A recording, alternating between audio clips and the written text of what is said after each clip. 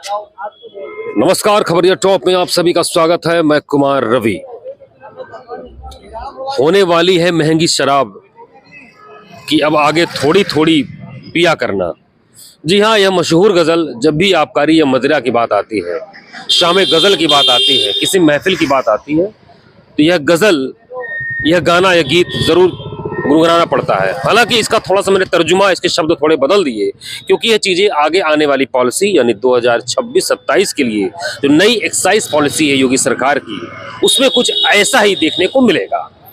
दरअसल वित्तीय वर्ष 2026-27 के लिए अभी से प्लान पूरा तैयार किया जा रहा है और इसको लेकर, क्योंकि जनवरी का आधा समय निकल चुका है और मार्च से ही यह नई पॉलिसी लागू होनी शुरू हो जाती है, ऐसे में दुकानों का अध्यापन, दुकानों की स्टडी, किस तरीके से पॉलिसी को एग्जीक्यूट करना है, कितना टारगेट रखना है, इन सब चीजों को लेकर सरकार उसके बाद फाइनली जो अप्रूव्ड होता है कैबिनेट के स्तर पर, तब जाके एक्साइज पॉलिसी व एग्जीक्यूशन के रोल में आती है।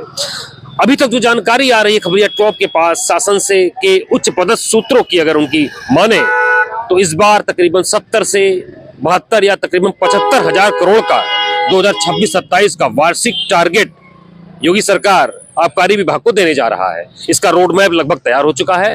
आबकारी आयुक्त मुख्यालय से इसका प्रस्ताव, पूरा प्रपोजल, क्योंकि कुछ दिनों पहले बैठक भी हुई थी, लगातार समीक्षा बैठक भी हुई थी, इसको लेकर पूरी पॉलिसी बनाकर प्रमुख सचिव के पाले में डाल दिया गया है। अब आबकारी मंत्री नितिन अग्रवाल इसकी समीक्षा करने के बाद इसको योगी सरकार के कैबिनेट जो है मीटिंग में इसको रखवाने की कोशिश करेंगे और उसके बाद जो कैबिनेट अप्रूवल मिल जाएगा तो वह एक्साइज पॉलिसी अपने जमीनी क्रियान्वयन के रूप में देखने को मिलेगी। फिलहाल 70 हजार करोड़ रुपए का मतलब कि इस योगी सरकार को इस मदिरा के मंथन से ही राजस्व का अमृत दिख रहा है। बता दें आपको, यह यूपी का आबकारी विभाग, इसके अगर पड़ोसी राज्य की बात करें, बिहार में सटा हुआ बिहार है, वहां पर शराबबंदी है, गुजरात में शराबबंदी है, दिल्ली में, हरियाणा में शराब सस्ती है। ऐसे में यूपी में ही क्यों सारा फोकस अगर देखा जाए तो एक्साइज डिपार्टमेंट या मदिरा जगत पर, मदिरा उद्योग पर किया जा रहा है। दरअसल टूरिज्म के लेवल से हाल फिलहाल के दिनों में देखा जाए, पर्यटन की दृष्टि से या मेडिकल टूरिज्म की दृष्टि से या और तमाम क्षेत्रीय टूरिज्म की दृष्टि से देखा जाए तो यहाँ पर देशी विदेशी पर्यटकों का आना बड़े पैमाने पर देखा जा रहा है। चाहे बनारस की बात करें, चाहे लखनऊ की बात करें, चाहे आगरा की बात करें, ऐसे में शराब की खपत काफी बढ़ती हुई दिख रही है। अगर आपको बताएं कि पिछले वर्ष का जो एक टारगेट था तकरीबन 65 हजार करोड़ रुपए, उसमें 80 से 85% जो है टारगेट को आबकारी विभाग के अधिकारियों और फील्ड की टीम ने पूरा कर लिया है, लेकिन अभी भी कुछ फीसद बाकी है और शायद इस पिछले आंकड़े को ही अनुमान के तौर पर मानते हुए, एक उसकी स्टडी करते हुए योगी सरकार ने संभवतः 70 से 75 हजार करोड़ का वार्षिक टारगेट रखने का एक रोड मैप तैयार कर लिया है। अगर आपको बता दें कि 2014 से पहले तत्कालीन अखिलेश सरकार में यही यूपी के आबकारी विभाग का जो एक वार्षिक सालाना टर्नओवर एक आंकड़ा था, वो 17 से 18 हजार करोड़ रुपए के आसपास था। ऐसे में इन 10 सालों में भले ही उत्तर प्रदेश के तमाम उद्योगों की बात करें, उसके ग्रोथ की बात करें, इकोनॉमी की बात करें, जीडीपी की बात करें, तो चाहे टूरिज्म हो, चाहे मेडिकल हो, चाहे एजुकेशन हो, कहीं भी इतनी जो है वृद्धि देखने को नहीं मिली।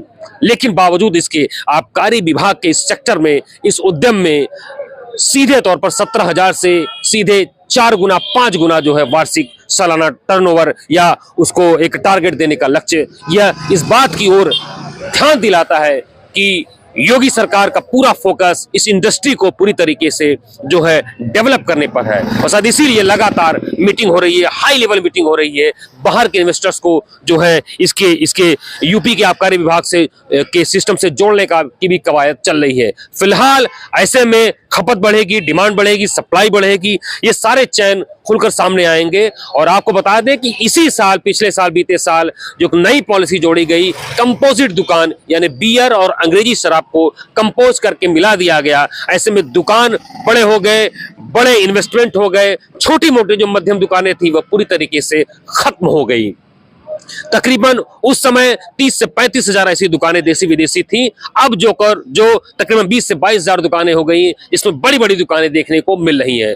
ऐसे में अगर ये टारगेट बढ़ेगा तो निश्चित तौर पर जो कोटा होगा, जो उठान होगा, उसको भी बढ़ाया जाएगा। दुकानें भी अगर बढ़ाई जाएंगी तो जो इस पे जो खर्च आएगी, जो लागत आएगी, जो मार्जिन रेट आएगा, वह भी अंततः जो कंज्यूमिंग जो कस्टमर होगा उसके ऊपर आरोपित होगा। तो सब मिलाकर देखा जा रहा है कि और लाइसेंस फीस भी बढ़ाने की बात तकरीबन 10 से 15% की बात सामने आ रही है। तो सब मिलाकर अगले इस वित्तीय वर्ष के बाद शराब 10 से 15% जो है महंगी होने के अनुमान लगाए जा रहे हैं। कैबिनेट का अप्रूवल मिलना बाकी है।